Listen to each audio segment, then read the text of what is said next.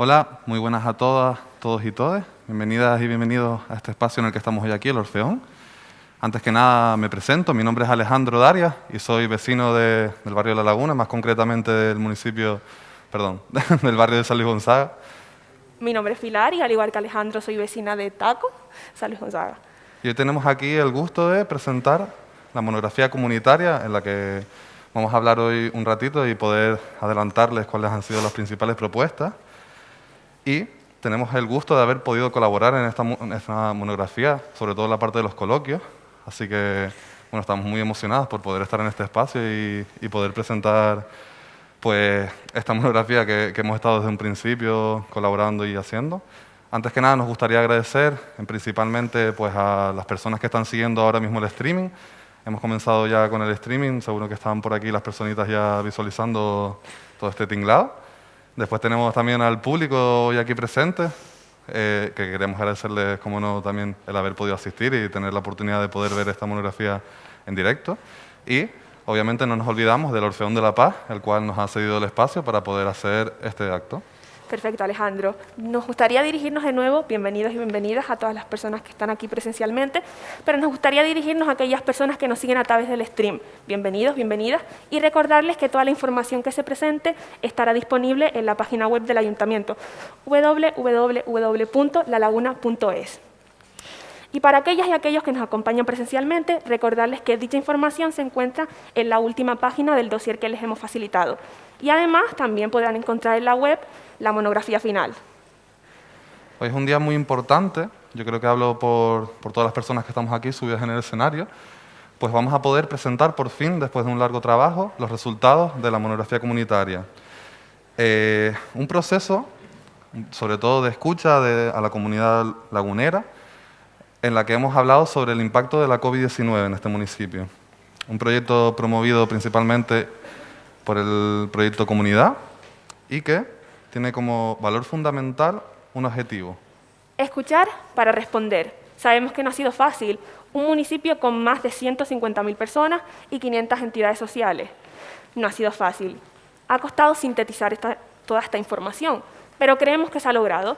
Se ha logrado con la participación de todas y todas las personas que han colaborado de manera conjunta. Nos gustaría agradecer a aquellas personas que han querido escuchar a la comunidad, pero también resulta inevitable y tenemos que nombrar a todas aquellas personas y entidades que han querido ser escuchadas. Y por eso nos gustaría dar un reconocimiento y un breve aplauso a todas las entidades y personas que han formado parte de este proyecto.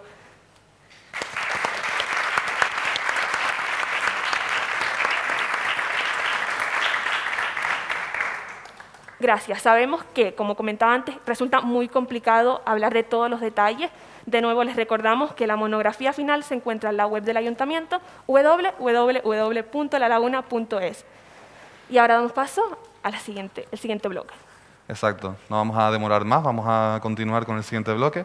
A continuación, comenzaremos con el primer diálogo de todos entre las instituciones que han promovido el proyecto Comunidad.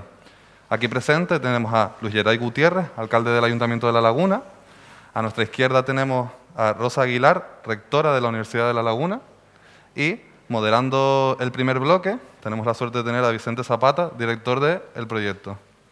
¿Qué tal, Vicente? Muchas gracias, Alejandro. Buenas tardes a todos y a todas. Gracias por la presentación. Me han honrado presentar a los dos primeros invitados que van a estar con nosotros y nosotras en este diálogo y que, además, recordando, haciendo memoria, ya nos vimos en mayo del año 2020, cuando presentamos el proyecto, y luego en septiembre del mismo año, cuando se firmó el convenio entre el Ayuntamiento de San Cristóbal de la Laguna y la Universidad de La Laguna para afrontar el proyecto Comunidad. Da la impresión de que hemos pasado la COVID prácticamente juntos, ¿no? Todo este tiempo trabajando para poder traerles a ustedes hoy los resultados de este proyecto, ¿no? Me gustaría aprovechar también para saludar desde ahora a otros responsables públicos que nos acompañan. No los voy a nombrar todos, pero están presentes con nosotros y nosotras en esta sala, de diferentes formaciones políticas que tienen presencia en el Pleno Municipal. Pero si me permiten, me gustaría recordar particularmente a Yaisa López Landi, que ha sido la persona responsable del área de participación ciudadana que nos ha acompañado durante todo este proceso más estrechamente, felizmente de baja médica por el nacimiento de Hugo. Hoy creo que no puede estar con nosotros aquí, no sé si llegará un poquito más tarde, pero bueno, decirle que también, aunque no esté ahora al principio, está muy presente con nosotros porque hemos compartido muchísimos momentos de trabajo, ¿no? Hemos pensado en un diálogo con la rectora y el alcalde, con el alcalde y la rectora, en el cual vamos a intentar ir incorporando algunos de los contenidos y algunos de los rasgos más significativos de este proyecto, Comunidad, que fíjense, curiosamente, el viernes nos llamaban desde la península porque han estado rastreando en toda España qué iniciativas se han ideado y desarrollado en el marco de la pandemia que de alguna forma respondan a su complejidad y que impliquen a la ciudadanía de un territorio determinado. Y bueno, han dado con nosotros, es decir, que algo hemos hecho, creo que bien, durante todo este periodo de tiempo, para que alguien en algún lugar fuera de nuestra región pues ya vaya descubriendo los logros que se han ido consiguiendo, ¿no? En este caso nos llamó la Fundación Novagop, que es una fundación muy acreditada a nivel nacional en todos los temas que tienen que ver con gobernanza pública, ¿no? Una de las originalidades de este proyecto ha sido, desde nuestro punto de vista, que en un momento determinado el ayuntamiento y la universidad se ponen de acuerdo para enfrentar un proyecto. No es fácil firmar un convenio de colaboración, como ustedes saben, nos costó un tiempo formalizar la relación, obviamente por todos los temas administrativos. Eso hizo que empezáramos después de la propia presentación del proyecto, pero ya estamos aquí después de un año y pico, ¿no? Y en ese proyecto, luego lo veremos con más extensión, hemos escuchado a 375 personas, muchas de las cuales están hoy en la sala. Y el alcalde y la rectora también fueron escuchados en su momento, ¿no? Entonces a nosotros nos gustaría empezar este diálogo, que no debería ser excesivamente formal, ¿no? Vamos a intentar que sea eso, un diálogo, preguntándoles a ambos, empiezo por el alcalde, ¿qué recuerda de su coloquio? Si se acuerda. Yo me imagino que sí recordará algo de ese día, me imagino que alguien le interpeló y durante 1 hora y pico pues estuvieron dialogando, ¿no? Y si se atreve o si se acuerda, si quiere rescatar alguna de las ideas clave que ese día compartió con las personas que le coloquiaron. Bien, buenas tardes a todas y a todos, vecinos que nos siguen a través de streaming, Zapata, rectora y demás compañeros que están hoy aquí.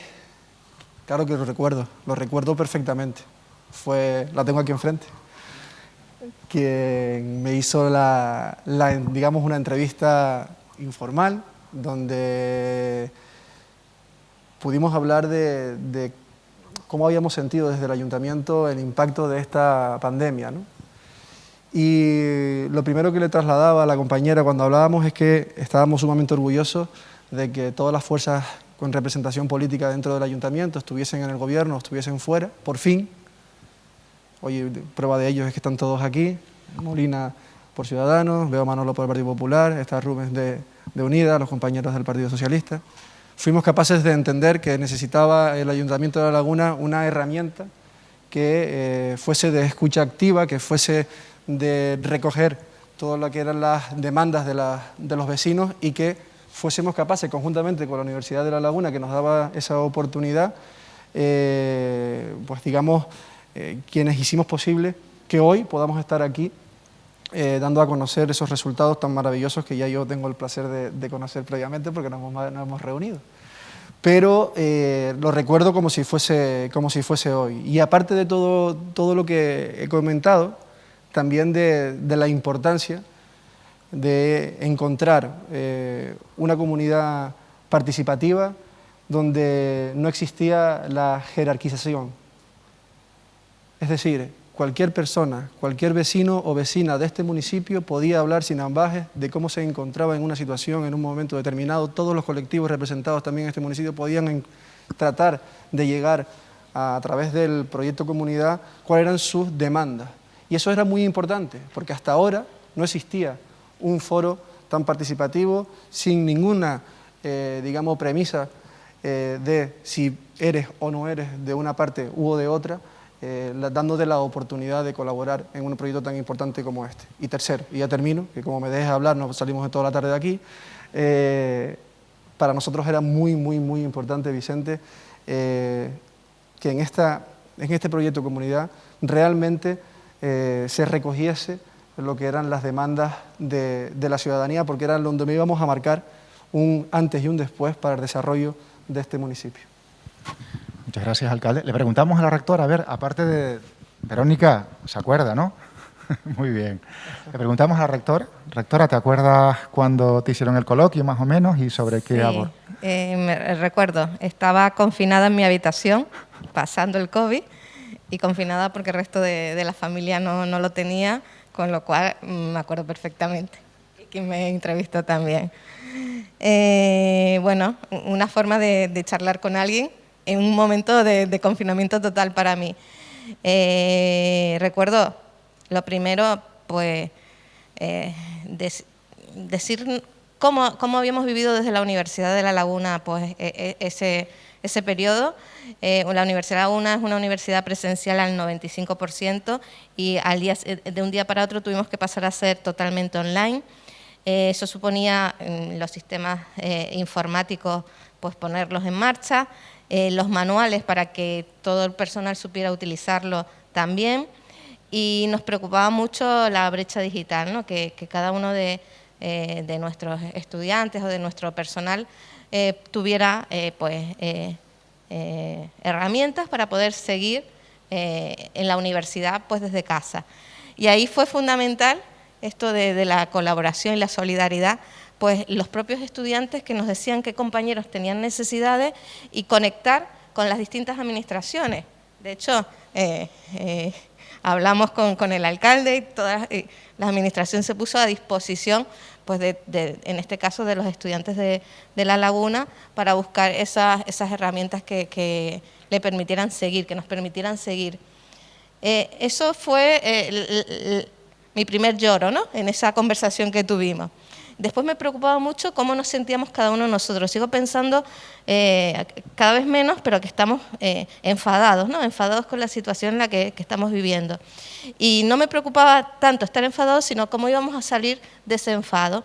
Y entonces recordaba que ya lo habíamos pensado, que para seguir viviendo en un planeta sostenible teníamos que cambiar nuestros modos y costumbres.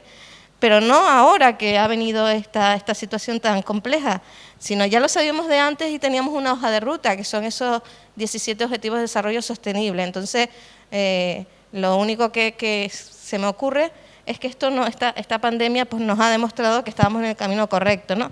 Que había que seguir esos 17 Objetivos de Desarrollo Sostenible si queremos seguir viviendo en un planeta sostenible medioambientalmente, económicamente y socialmente, para que nadie se quede detrás.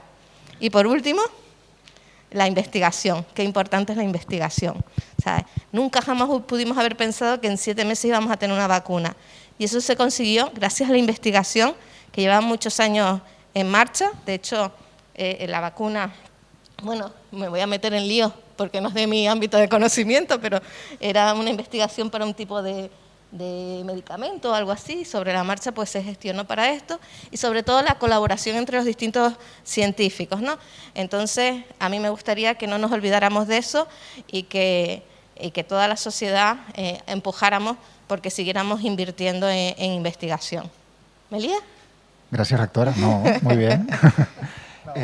Luis Geray, a nivel más personal, en el día a día de sus responsabilidades, ¿qué ¿Qué tipo de cuestiones han sido más complejas durante este año y medio largo que nos ha tocado convivir con la pandemia?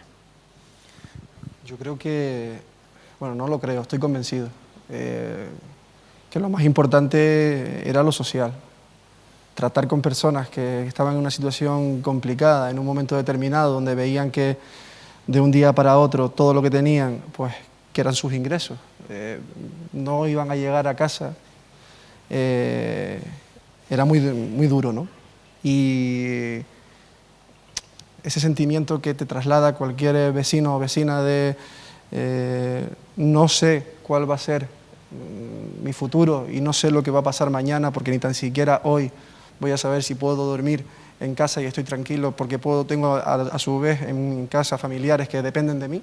Eso para nosotros era quizás lo más importante. Y desde el área de bienestar social, conjuntamente con las diferentes áreas del ayuntamiento, sabíamos que todos nuestros recursos en los momentos más duros de la pandemia tenían que ir derivados a solventar esos problemas.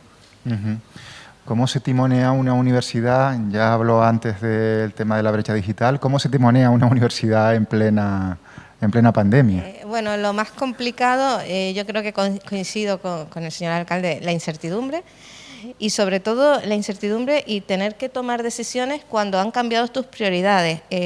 Para la Universidad de La Laguna sus 3 misiones es la formación, la investigación y la transferencia, pero en este caso la prioridad era seguir haciendo esto, pero ayudar en este caso a que Tenerife fuera mejor en la pandemia, y teníamos que tomar decisiones que muchas veces iban en contra de dar una mejor formación, una mejor investigación, una mejor transferencia, pero ayudar por ejemplo, a que no hubiera tanta movilidad, ¿no? Eran decisiones muy complejas de tomar, las tomábamos además solos porque el resto de universidades seguía otras dinámicas, y yo creo que eso fue lo más difícil, ¿no? Te cambian las prioridades y la toma de decisión es muy compleja. Gracias. Alcalde, se han coloquiado, entrevistado, se ha dialogado con casi 400 personas, representan a 200 y pico entidades o organizaciones del municipio, y sobre todo ese trabajo no lo han hecho profesionales, lo han hecho otras personas de la propia comunidad lagunera. Casi 60 personas se han involucrado en ese trabajo, ¿no? ¿Cómo se valora esa iniciativa que nosotros, por lo menos, modestia aparte, creemos que es inédita en cierto modo en este municipio y, por lo que sabemos, en el resto del archipiélago, en el contexto de la propia pandemia? Es decir, no hemos esperado a acabar la pandemia para luego valorar, sino que hemos aprovechado ese tiempo para conectar con las personas. Pues desde el ayuntamiento se valora como un triunfo. Es un orgullo poder tener una comunidad como la que tiene el municipio de San Cristóbal de La Laguna, que está siendo pionera ahora mismo en todas partes de España por el proyecto que nace desde la ciudadanía y sobre todo la implicación.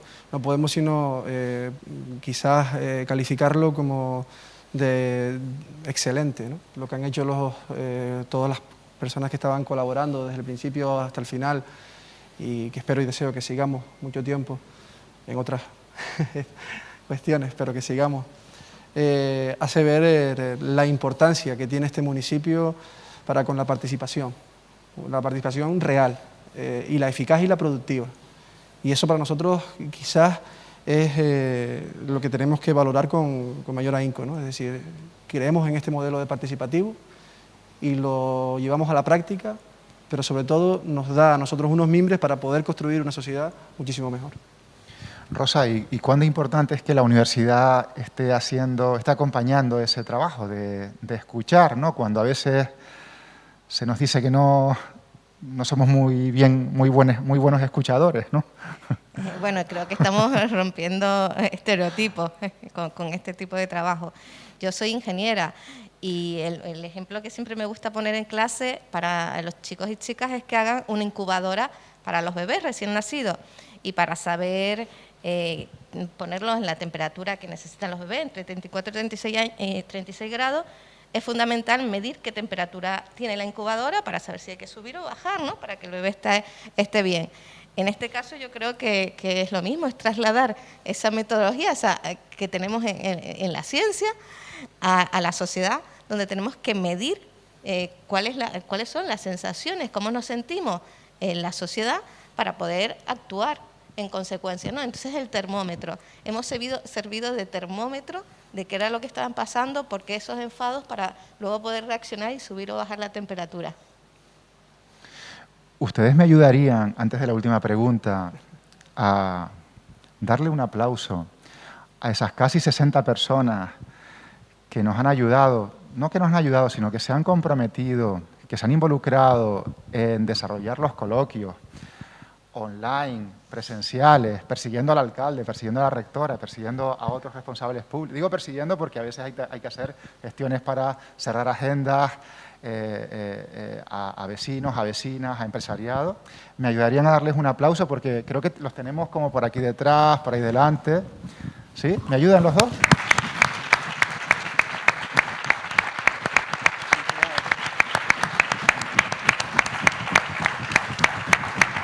Porque eso parece que es un proyecto participativo, ¿no? Donde los técnicos escurrimos el bulto, no hacemos nada y le encasquetamos, entre comillas, el trabajo a... Ay, perdón, no era eso.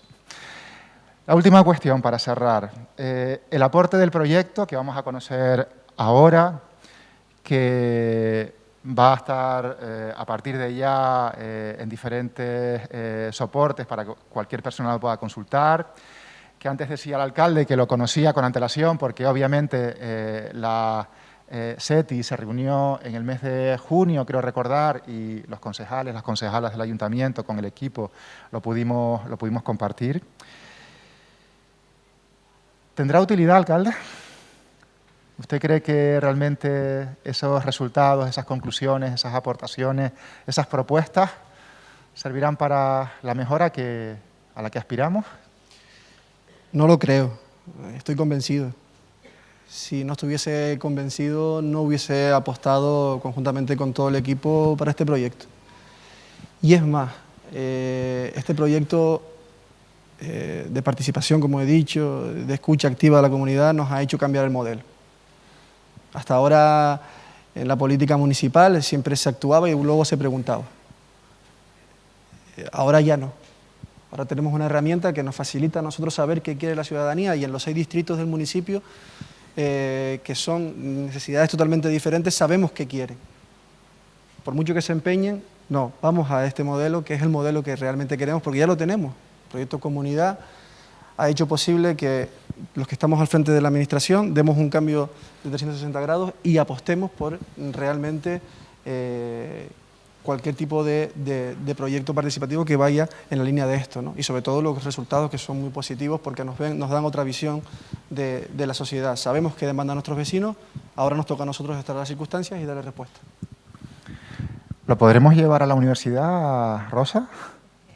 Por supuesto, de hecho ya llevamos trabajando en distintos procesos comunitarios y hemos aprendido mucho de eso. La emergencia climática la hemos hecho haciendo, como dice el señor alcalde, ¿no? Preguntando y luego midiendo la temperatura antes de actuar.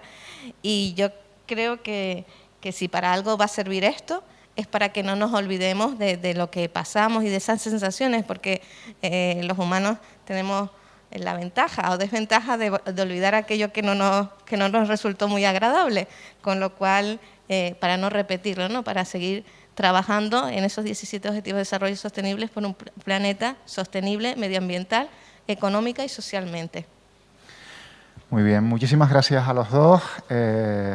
Recuerdo como si fuera hoy el día que nos reunimos en mayo del año 2020 con otras, no muchas personas porque teníamos unas normas muy restrictivas en el marco de la COVID. Ahí se inició un proceso muy hermoso para los que lo hemos podido disfrutar, y ahora vamos a intentar que ustedes puedan escuchar y puedan compartir los resultados de todo este trabajo colaborativo que hemos hecho durante este tiempo. Muchísimas gracias a ambos, Luis Geray Gutiérrez Pérez, Rosa María Aguilar Chinea, muchísimas gracias. Les van a permitir, creo, que abandonar el escenario a ustedes dos, nada más. Sí, venga, sí, muchísimas gracias.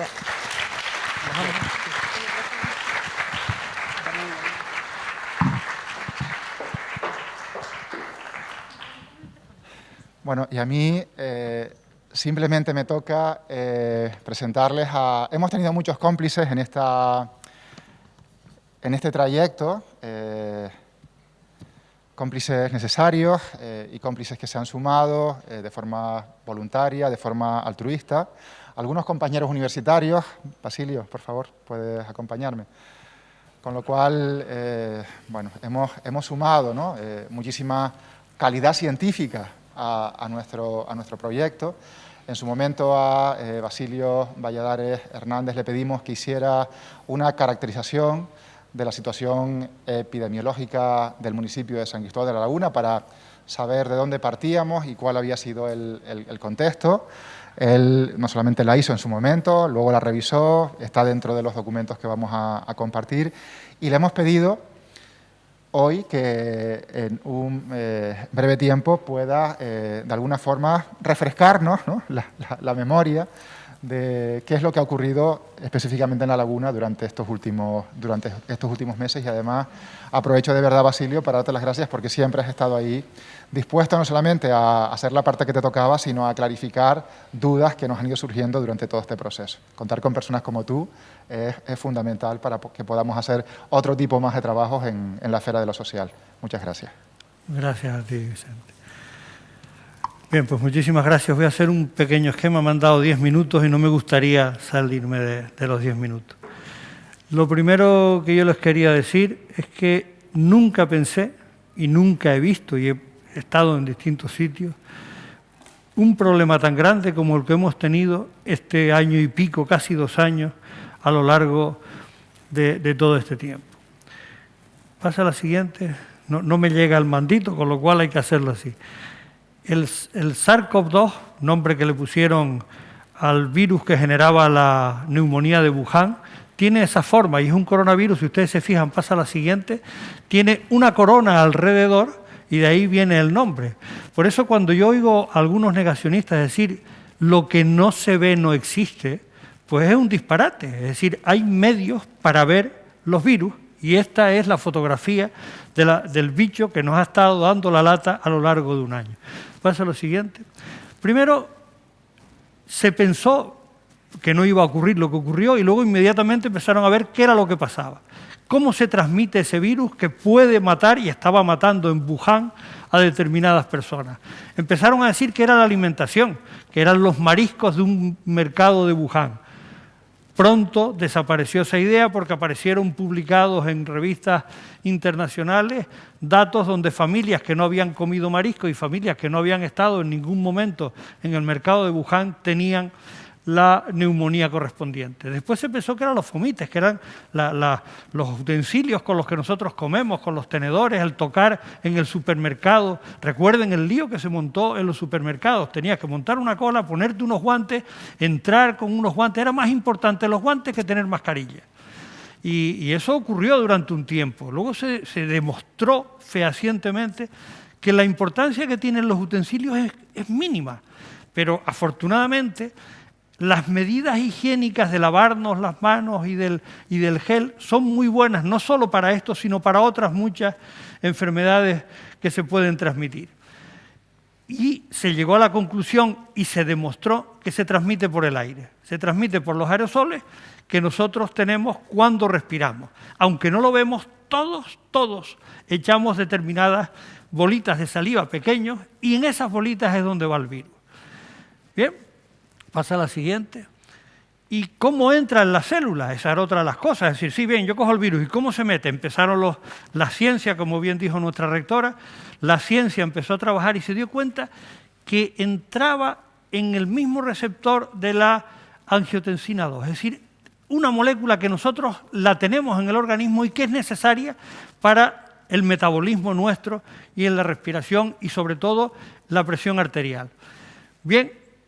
Eso ocurrió y inmediatamente se generaron las técnicas de diagnóstico. Actualmente hay unas técnicas de diagnóstico fantásticas. Hay una PCR a tiempo real que en menos de una hora te da tiempo a diagnosticar fehacientemente, estudiando el RNA a través de un exudado nasofaríngeo, metiendo el palito dentro de la nariz, e incluso, y eso se inició en la Universidad de La Laguna con una intervención, bueno, ya le explicaré luego lo de la rectora, porque ella es muy modesta, no ha dicho la verdad, se ha quedado muy corta lo que ha pasado, luego se lo explico.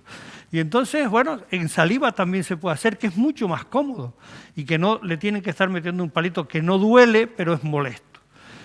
Bien, hay también la detección de antígeno, que incluso ahora se ha puesto de moda de poderlo comprar en las oficinas de farmacia, hacérselo uno en su casa. Yo no lo recomiendo, pero se puede hacer, no es caro además. Y hay una detección de anticuerpos, IgG, IgM, IgA, es decir, distintas formas de diagnosticarlo, en donde se puede saber si has tenido el virus, si lo tienes, es decir, sacándote un poquito de sangre y funciona perfectamente. La siguiente, empezaron a buscar la terapia. Y fíjense ustedes, tengo el recomello de que no se ha conseguido la terapia y sí se han conseguido las vacunas, porque si se consigue la terapia se acaba el negocio del diagnóstico y de las vacunas. Porque lo primero que se hizo, y yo creí que iban a salir inmediatamente, era buscar antivirales que fueran adecuados para acabar con el SARS-CoV-2. Empezaron a utilizar el Kaletra. El Kaletra es lo que se utiliza para los pacientes de SIDA y que está funcionando francamente bien. Ya nadie se muere de SIDA si se pone el tratamiento de forma correcta. Buscaron otros el oseltamivir, incluso, bueno, hay varios como el lepinivir, es decir, hay varios que funcionan, pero solo hay uno, y es un pésimo antiviral, que es el Remdesivir, que es muy caro, el único autorizado por la FDA norteamericana y por la Agencia Europea del Medicamento. Ese medicamento se tiene en los hospitales, es tremendamente caro y no cura, simplemente mejora, disminuye el número de días de estar en el hospital en un 30%. O sea, es un auténtico fracaso de la industria farmacéutica. Pasa al siguiente. De hecho, la OMS, y lo lees, entras en la página de la OMS, buscas terapia de la COVID y te dice, no tenemos tratamiento. No se recomienda que utilicen tratamientos a lo loco, eso que están diciendo que sonoterapia. No hay tratamiento que funcione.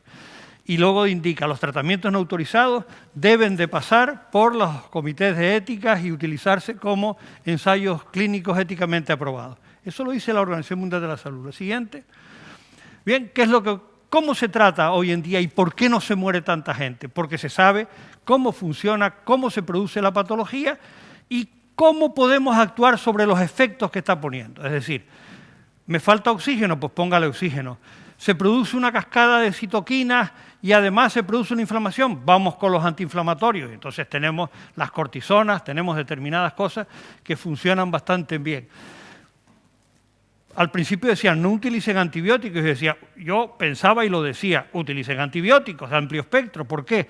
Porque todas estas enfermedades víricas terminan con ayuda a la entrada de bacterias y se producían neumonías no solo por el virus, sino por bacterias. Efectivamente, ya en el punto 3, el tratamiento de antibióticos lo recomienda la Organización Mundial de la Salud. Bien,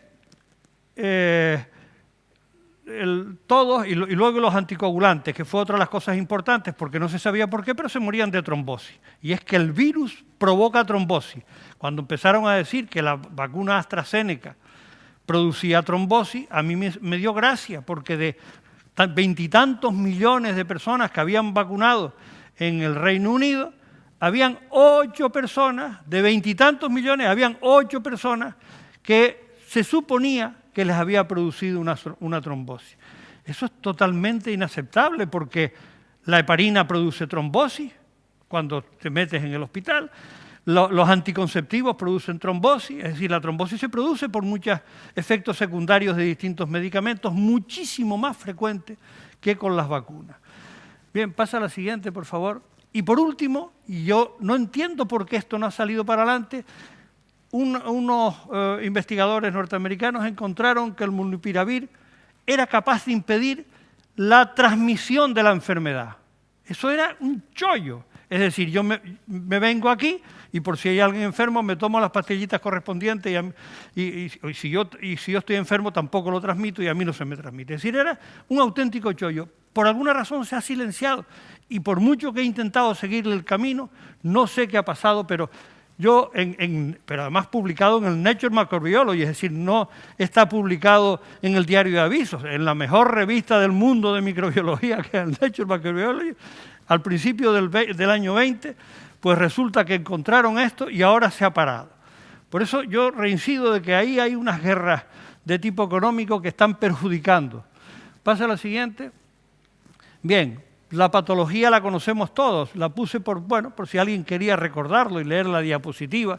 La inflamación pulmonar es el principal problema, la trombosis es el segundo, y luego un montón de cosas chiquititas, pierdes el olfato, pierdes el sabor, te pueden dar algunos trastornos psicológicos porque te pones nervioso y demás, se te cae el pelo, hay problemas de piel, cada vez hay más efectos que produce el virus. Pasa a la siguiente, por favor.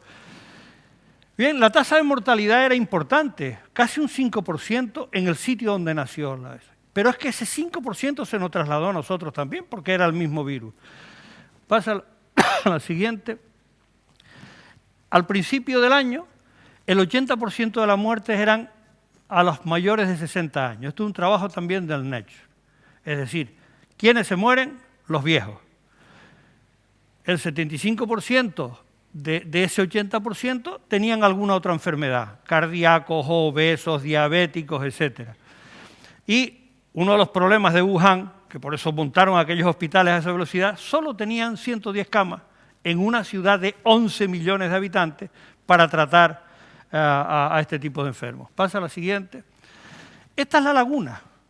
La laguna no tuvo ni un solo caso hasta el día 3 de marzo. Yo recuerdo que en febrero nuestro alcalde me llamó.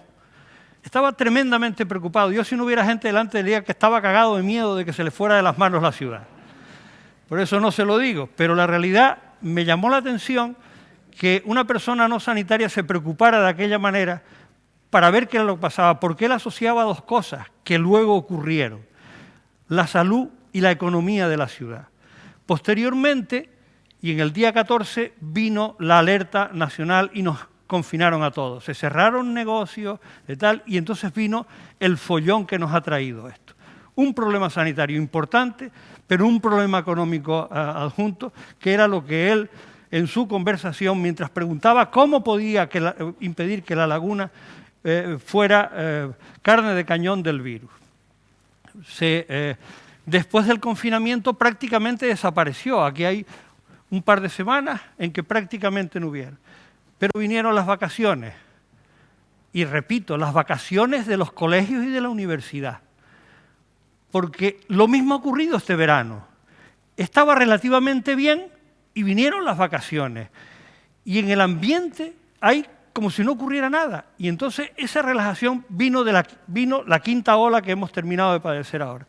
Entonces vino el problema importante de esta cuarta ola que terminó en febrero de este año. Se apretaron otra vez las clavijas y la cosa se fue mejorando. Es decir, en ese momento habían habido en La Laguna, una ciudad de 150.000 habitantes, 3.151 casos, contados uno por uno. Podían haber casos sin contar, pero de los diagnosticados, 3.151. Pasa a la siguiente. ¿Cómo estaba distribuido? Pues miren, de 0 a 30 años, el 30%, y de 30 a 70 años, el 54%. El 85% de las personas eran menores de 70 años y los mayores de 70 años, el 15%. Es decir, los viejitos no se enfermaban tanto, pero pasa a la siguiente diapositiva, fallecimientos por edad. A pesar de que no se infestaban tanto, el 83% de los mayores, entre los que yo me encuentro, me he escapado bien, pues fallecían. Y en cambio, de 0 a 30 años, cero, ni un solo fallecimiento. Y de 30 a 70 años, pues bueno, hay algunos, sobre todo con distintas enfermedades previas. Pasa a la siguiente. Bien, ayer, que fue cuando me metí por última vez en el ordenador, en La Laguna habían fallecido 227 personas. Había un total de altas médicas de 10.650 personas. Es decir, habíamos pasado en unos meses de 3.150 personas a 10.000 personas, es decir, más del doble en la mitad de tiempo. Y fue esa ola tan descomunal que nos arrasó, donde La Laguna y Santa Cruz teníamos los récords en Canarias de pacientes. Y además no se cortaba. Y a mí me preguntaban, ¿pero y esto por qué es? Bueno, esto es que la gente ha cogido, porque los colegios se portaron del 10. Yo siempre he felicitado a los directores de los colegios, a los profesores de los colegios y a la rectora de la universidad, porque lograron controlar perfectamente la enfermedad en gente joven, que eso es muy difícil. Es decir, que no fueran de... Pero llegaron las vacaciones y se dispararon. Se dispararon, salieron, se movieron y nos pasó lo que ha pasado. En este momento hay 174 casos activos en la ciudad de La Laguna. Pasa a la siguiente. Bien, entonces la quinta ola pasamos de 3.151 a 7.900 y es consecuencia de que las nuevas cepas, tanto la inglesa como la americana, como estas que le van poniendo letras griegas, se contagian muchísimo más rápido que la primera. Y eso nos llevaron al lío en el que hemos tenido. Pasa a la siguiente. Bien, yo quería ahora aquí hablar una cosita. Mira, la Universidad de La Laguna ha sido un ejemplo de lo que había que hacer. Cuando empezó a generarse el problema y había que cerrar la universidad, la rectora dio orden de que en los colegios mayores todo aquel que pudiera estar enfermo tenía que hacerse una PCR antes de moverse, para no ser una fuente de dispersión por el archipiélago de la enfermedad. Y así se hizo. Se montó en el Instituto de Enfermedades Tropicales todo el sistema de diagnóstico y su director, Jacob, que es el que ha llevado eso, montó un sistema de diagnóstico en saliva para poder llevar el control de la enfermedad. Y se sigue llevando. Es decir, se hace un screening de forma constante entre el profesorado, alumnado y PAS para que no se difunda la enfermedad. Y se han cogido y se han parado pequeños brotes familiares y de amigos, con lo cual esos ya se han aislado, se han separado, se ha dado parte a la Dirección General de Salud Pública y se ha cortado la diseminación. Y eso ha sido fundamental y ejemplar, porque ha sido la única universidad española, por eso le decía antes que había sido excesivamente humilde, no comentó la verdad, es que ha intervenido directamente para que eso funcione. Bien, se está haciendo en este momento test de PCR en saliva y a los que quieren también se les puede hacer el test de antígeno. Pasa a la siguiente. Y hay una cosa que es fundamental, y ahí este proyecto es clave. Las cosas no se hacen solas y el individualismo no funciona. Y en una pandemia como esta, lo único que funciona correctamente es la solidaridad, el respeto, el comportamiento general. Y hay cosas que lo tenemos que llevar entre todos. Es decir, si yo no llevo mascarilla y por mano de pecado estoy contagiado, pues soy capaz de contagiar a otro. Fundamental la distancia de la seguridad, la higiene, las mascarillas y sobre todo las vacunas. Las vacunas están haciendo que en este momento esté cayendo de forma importante la pandemia. Es decir, no hemos vencido la pandemia, pero la estamos controlando. Eso es fundamental. Y yo, si hay alguien que no se ha vacunado, le pido por favor que reflexione y que se vacune. Hay 4 tipos de vacunas. Estamos haciendo un estudio de cuál es la que mejor está protegiendo, porque eso todavía está en el aire.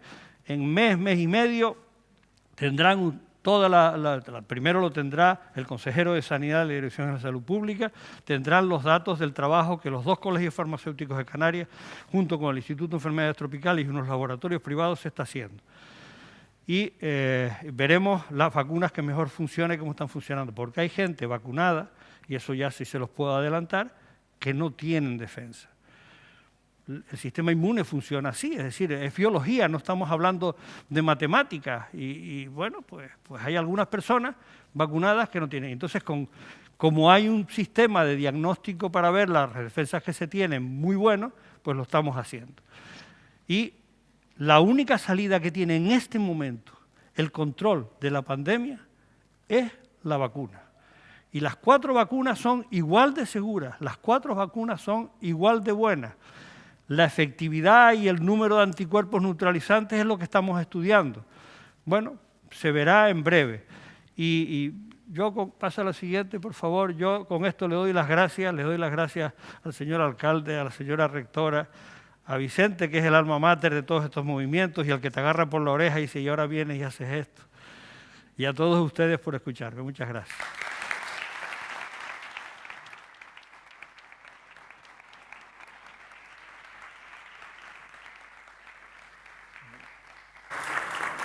Bueno, muchas gracias, Basilio. Yo creo que esta información es una información que durante este último año y medio como que parece que la hemos escuchado todo el rato, pero creo que recibirla de forma clara y de una fuente tan fiable como aquí Basilio siempre viene bien un poco para refrescar las ideas.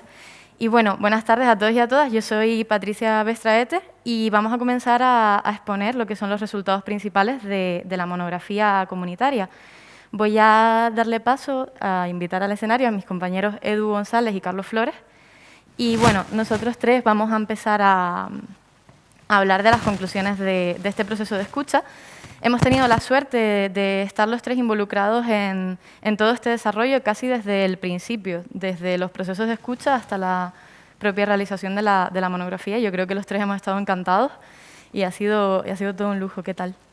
Buenas tardes a los dos.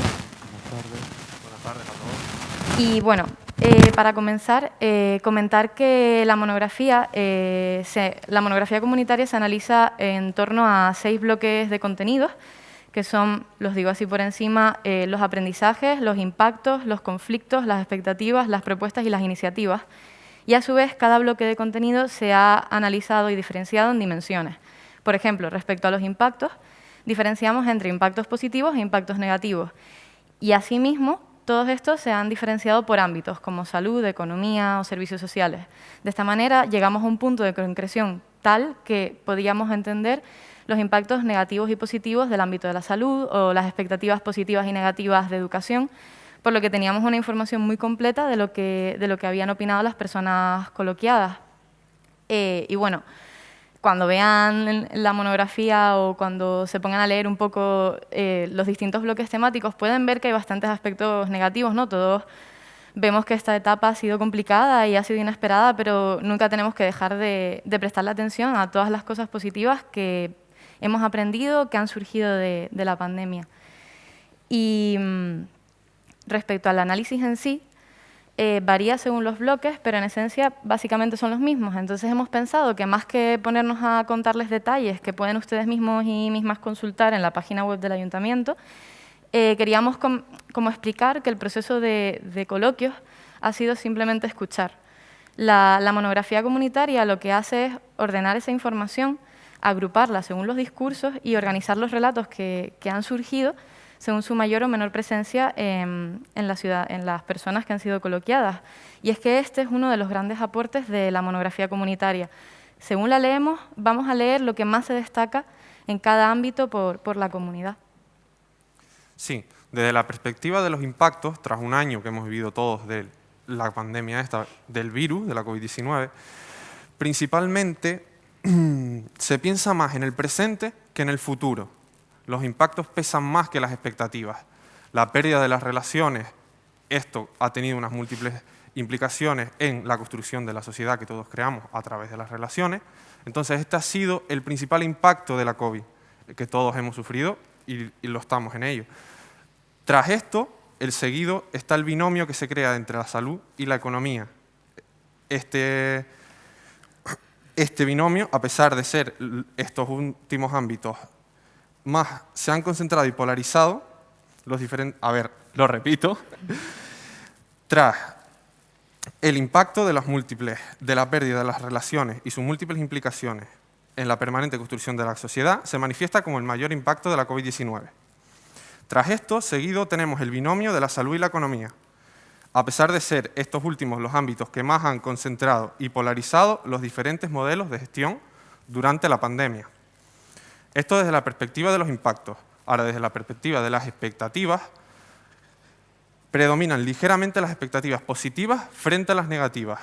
Las expectativas positivas tenemos aquellas dimensiones sociales en las que conllevan efectos inmediatos, porque la vuelta a la normalidad ha tenido como resultado una relajación, se cree que la vuelta a la normalidad produce una relajación y suprimir lo que son las medidas sanitarias para la prevención de los contagios. Esto en cuanto a las expectativas positivas. En cuanto a las expectativas negativas, tenemos que las dimensiones se basan principalmente en la recuperación de estas dimensiones sociales, que tardará mucho más tiempo en llegar a una recuperación óptima de una situación prepandémica, y además presumiblemente la concurrencia de más aspectos que únicamente la vuelta a la normalidad. Estas serían la economía y el empleo. Perfecto. ¿Ya se me escucha? Yo no te oigo. ¿No? ¿Ahora? Sí. Yes, vale. Bueno, en materia de conflictos hay que destacar la asistencia predominante en torno a la esfera social. En esta esfera social se requiere la complicidad tanto de la comunidad como de las administraciones públicas, y en particular las administraciones públicas, porque estas son las garantes tanto del interés general como de proteger los derechos fundamentales de la ciudadanía. El impacto en las personas está, por tanto, contenido tanto en la respuesta comunitaria como en los servicios públicos. Esto es educación, sanidad, servicios sociales, así como la seguridad ciudadana. Sin embargo, la respuesta no es del todo suficiente, y es que no se ha tratado del todo aquel sector más vulnerable de la sociedad. Sin embargo, hay que destacar que sí se ha actuado de manera eficiente allá donde se han dado los casos más extremos.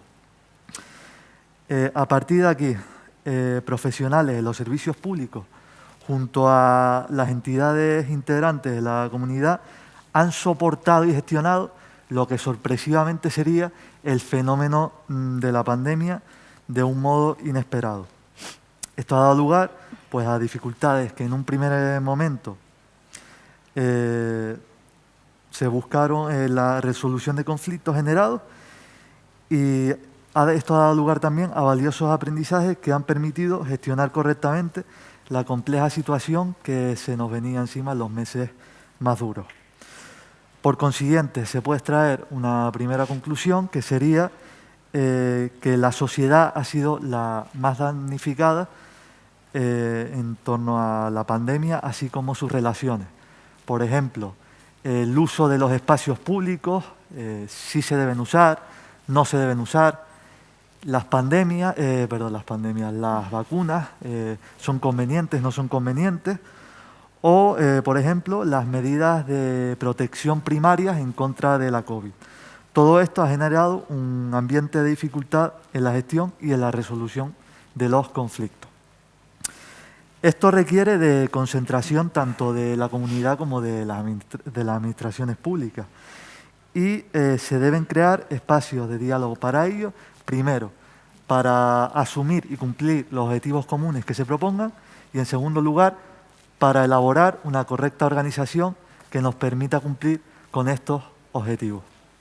Ya por último, ha habido, con todo esto que he dicho, conflictos derivados de la instauración de medidas de prevención de contagios, que implican a una parte de la comunidad que las acata y acata las medidas, y otra parte de la comunidad que no es capaz de seguir las medidas recomendadas. Y esto es reflejo de que la gestión es, por ello, mejorable. Y ya para concluir, decir que la gestión del conflicto, por tanto, se ha trasladado a la sociedad, que no ha tenido las herramientas suficientes para enfrentar este envite. Vaya. Y bueno, concluyendo este bloque, también queremos hablar de los aprendizajes, ¿no? Yo creo que aquí cada uno y cada una de nosotras, de manera individual o como profesionales, hemos tenido que aprender muchísimas cosas nuevas en un periodo muy corto de tiempo. Pero sí es cierto que hay que destacar todas esas personas y todos esos grupos que se han enfrentado con ciertos conflictos y han aprendido a gestionarlos y a resolverlos también. Un ejemplo claro, ¿no? Todos los profesionales de salud, de educación, que se han visto sobrepasados muchas veces con esta nueva metodología, o todos los papás, mamás, abuelos, abuelas y todas las familias que se han encargado de que los niños y las niñas mantengan la calidad y la continuidad de la educación todos esos meses que estuvimos en casa, o personas que en su barrio se han encargado de mantener las redes comunitarias, incluso cuando estábamos encerrados y encerradas en nuestras casas. Yo creo que es importante también tener siempre en cuenta todo lo que hemos aprendido de esta época. Y bueno, realmente nosotros concluimos ya con este bloque. Esto han sido un poco como las conclusiones en resumen. Repetirles que si quieren ver los detalles de cada bloque temático y cada dimensión, pueden entrar en la página web del Ayuntamiento. Y ahora vamos a seguir con las iniciativas que salieron en el proceso de escucha con nuestros compañeros don Justo Miranda y doña Noelia Jorge, que si quieren pasar.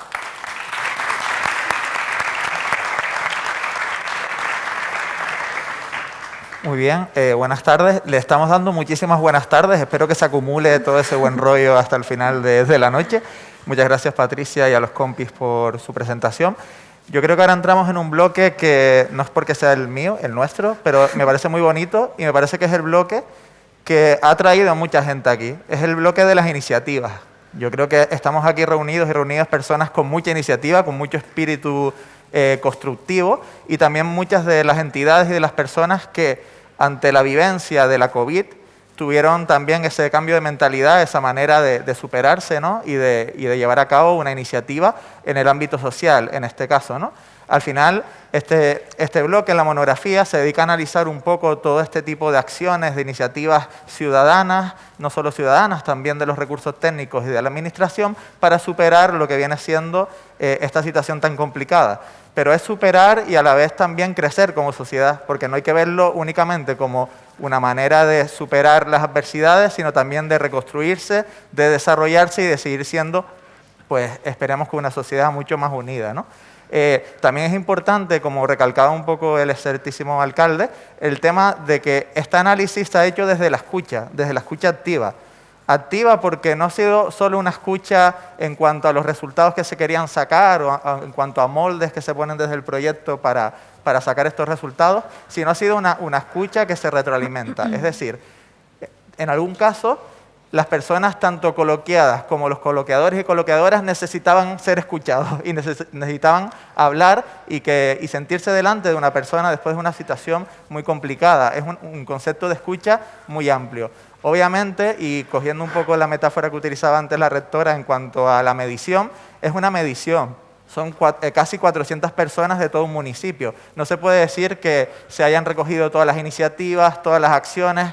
No se puede decir, digamos, que podamos saber la temperatura perfecta de la incubadora para los bebés, como decía la rectora, pero sí, cualitativamente tenemos una información que yo creo que es un tesoro a nivel municipal, nivel insular y nivel nacional, porque es una información que no se tiene y es también una forma de buscar soluciones desde lo comunitario, es decir, desde lo que vive cada persona, ¿no?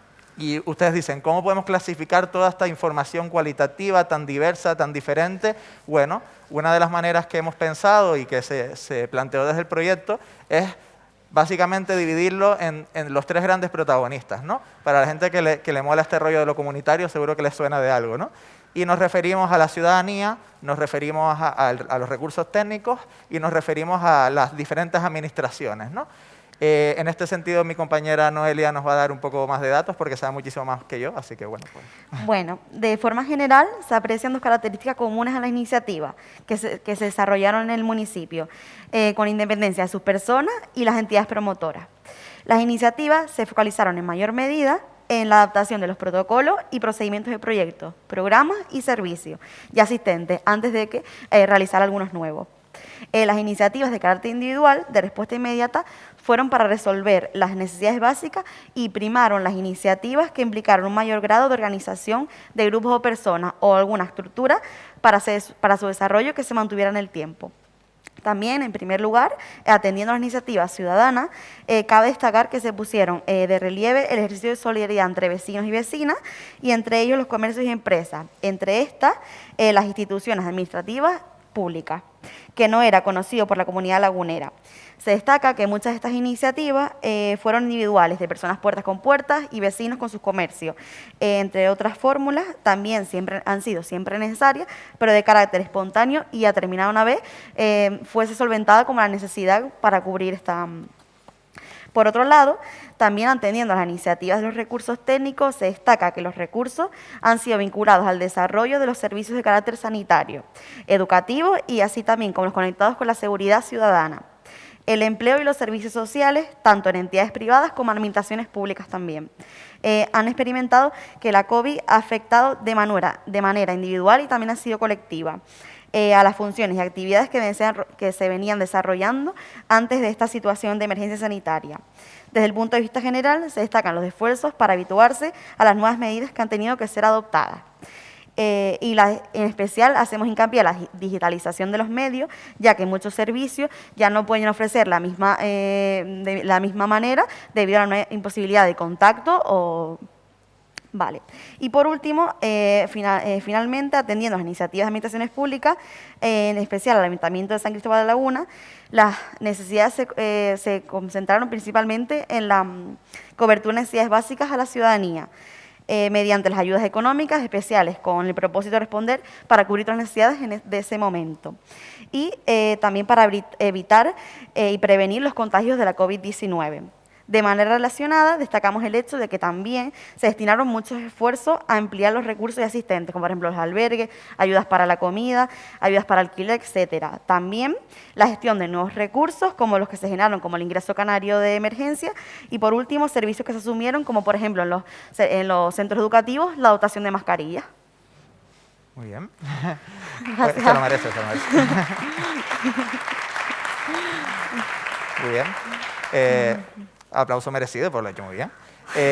Bueno, nosotros al final, pues como todo acto social puede ser un acto simbólico y también de manera simbólica queríamos reconocer, pues especialmente, espero que las administraciones públicas y los recursos técnicos no se pongan celosos ni celosas, a las iniciativas ciudadanas, porque realmente nos parece que ante una situación de incertidumbre, una situación donde nadie sabía realmente lo que se podía hacer, cómo se podía ayudar, las necesidades reales, hubo personas, hubo entidades sociales que tiraron para adelante, que se tiraron al puerto, como se dice, ¿no?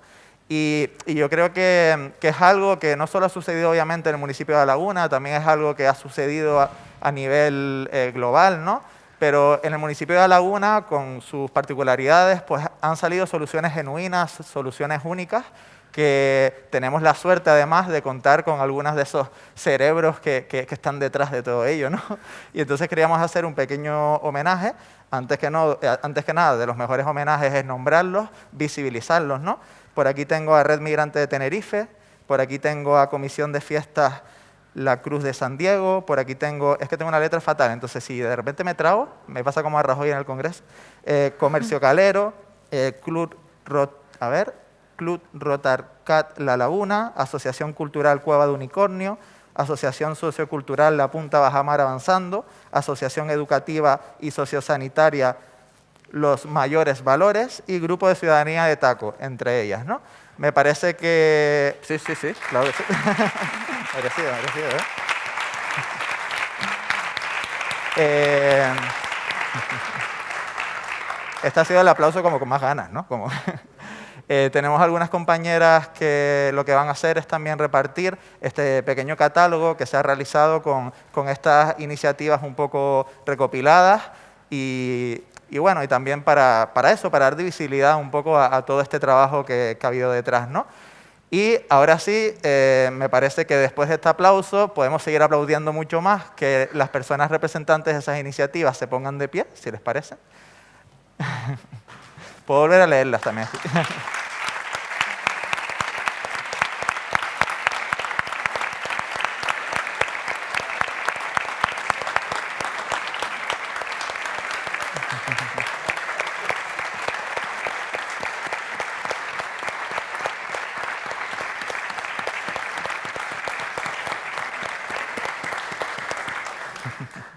Maravilloso, me encanta que aplaudan tanto. Y bueno, básicamente también queríamos decirlo que esta monografía, esta información, este catálogo de iniciativas ya lo pueden encontrar en la página web del Ayuntamiento de San Cristóbal de la Laguna, obviamente. Así que tienen esa posibilidad ahora mismo de todo lo que estamos hablando, chequear a ver si no nos hemos equivocado y si les gusta el contenido. Y ahora el siguiente bloque va en el sentido de profundizar un poco en la parte de propuestas, que no es lo mismo que iniciativas, pero también es un poco esa mirada al futuro que ha habido desde diferentes pues protagonistas de la sociedad, y tenemos la suerte de contar con nuestras compañeras Julia Sanz y Silvia Ascanio.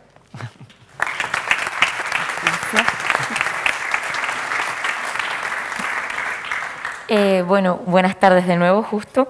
Gracias por este pequeño adelanto del último punto que vamos a tratar, que se llaman las propuestas. En este sentido, en el contexto del proceso de audición, se trató de interpelar también a las personas para que propusieran propuestas. En este caso, así como los relatos que contaban y compartieron estaban guiados por criterios propios de necesidad o prioridad, lo intentaron hacer igual con las propuestas que compartieron. En este sentido, es importante destacar que únicamente se les lanzó una pregunta, y es ¿qué podría ayudar para mejorar la situación actual? Se identificaron 733 propuestas, repartidas entre las 11 dimensiones de análisis, en las que aproximadamente una de cada 3 se relacionaron con la dimensión de la sociedad. Con todo, hay múltiples propuestas que se pueden realizar desde los diferentes modelos de gestión, y no solo atendiendo al ámbito al que se refieren, por ejemplo, a la sociedad, a la salud o a la economía, sino también a las preferencias de cada distrito, a la procedencia de estas propuestas, bien desde las administraciones públicas, bien desde los recursos técnicos o bien desde la propia ciudadanía. Les queremos destacar, por ejemplo, las que en la dimensión sociedad se han puesto desde la ciudadanía de manera preferente en cada distrito, porque aunque todas son interesantes y se pueden realizar en todos los distritos, atender a las especificidades de cada uno puede ser una mejor manera de dar respuesta a las necesidades que realmente existen. Así tenemos en el Distrito 1, por ejemplo, el Programa Juvenil de Atención a Personas con Secuelas de COVID-19. Una propuesta de voluntariado juvenil para el cuidado de personas con secuelas de la enfermedad, que sirva para sensibilizar y obtener un mejor conocimiento de los riesgos de la COVID-19. En el Distrito 2, fomentar la realización de actividades online mediante el uso de las TICs, una propuesta que pone en valor también uno de los grandes descubrimientos de la pandemia, la capacidad de poder hacer actividades de manera remota. Esto nos guste más o nos guste menos, y según sea la actividad, pues favorece la accesibilidad y favorece también la capacidad de llegar a más personas. En el Distrito 3 se propuso encuentros municipales de entidades y grupos sociales para la coordinación de acciones y actividades. Una propuesta que apuesta por fomentar la coordinación entre los protagonistas de la comunidad. Entendemos que para una mejor respuesta a las necesidades existentes.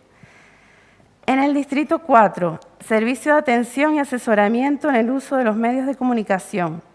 Una propuesta que pone el foco en una de las dificultades que se experimentó durante la pandemia.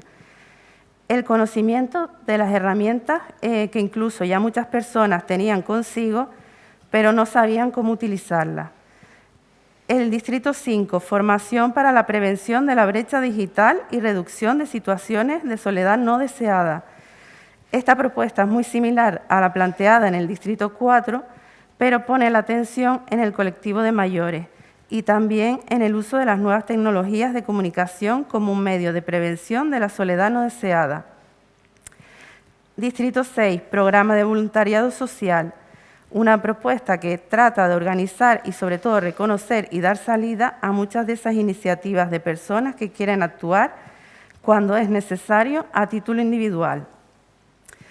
Estas son las propuestas que hemos querido destacar de cada uno de los distritos. Son 6 propuestas preferentes de una misma dimensión, diferentes o parecidas, pero todas demandadas directamente desde la ciudadanía. Nosotras estamos convencidas de que la pandemia pudo generar una situación caótica en la organización de los recursos y en la acción social. Las propuestas que se derivan de la audición pueden ser una manera ordenada de canalizar las respuestas, adecuadas a las situaciones o dificultades existentes. Igual, y esto es muy importante, estas no son propuestas que únicamente se deban de impulsar desde las administraciones públicas, sino que pueden ser perfectamente llevadas a cabo por la propia ciudadanía o, en concreto, por las entidades y los colectivos sociales pues, que han estado trabajando en el proyecto, en el ámbito que ellos han desarrollado, porque si tienen la experiencia suficiente sabrán canalizar los recursos de manera que puedan impulsar cualquiera de las propuestas que hemos recogido en el proyecto Comunidad. Creo que eso era todo. Ahora nos gustaría contar, si es tan amable, con la presencia de la concejala de Participación, ¿no? ¿Sí? Sí, Yaisa López.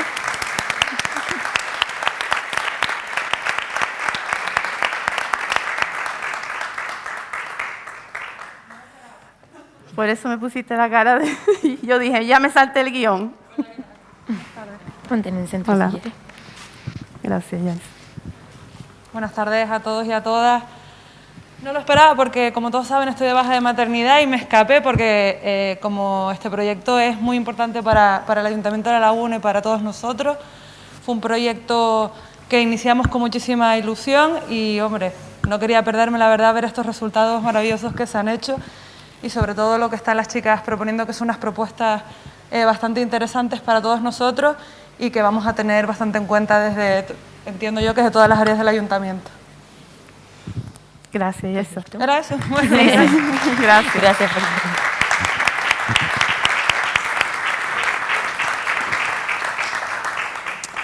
Bueno, pues creo que todos sabemos que al final los contextos de crisis suelen ofrecer oportunidades.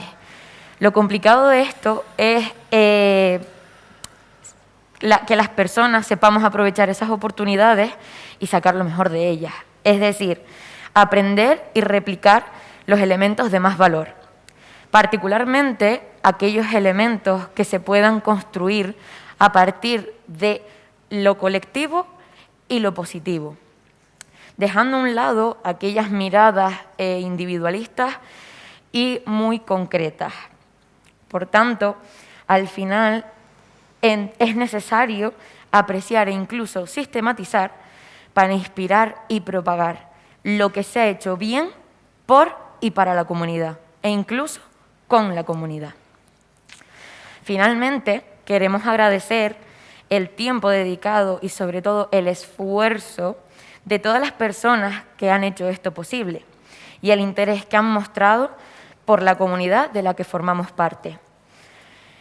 Y ya por último, ultimísimo, agradecerles a todas las personas aquí presentes y que nos están viendo desde el streaming su presencia aquí hoy y a distancia y sobre todo su interés.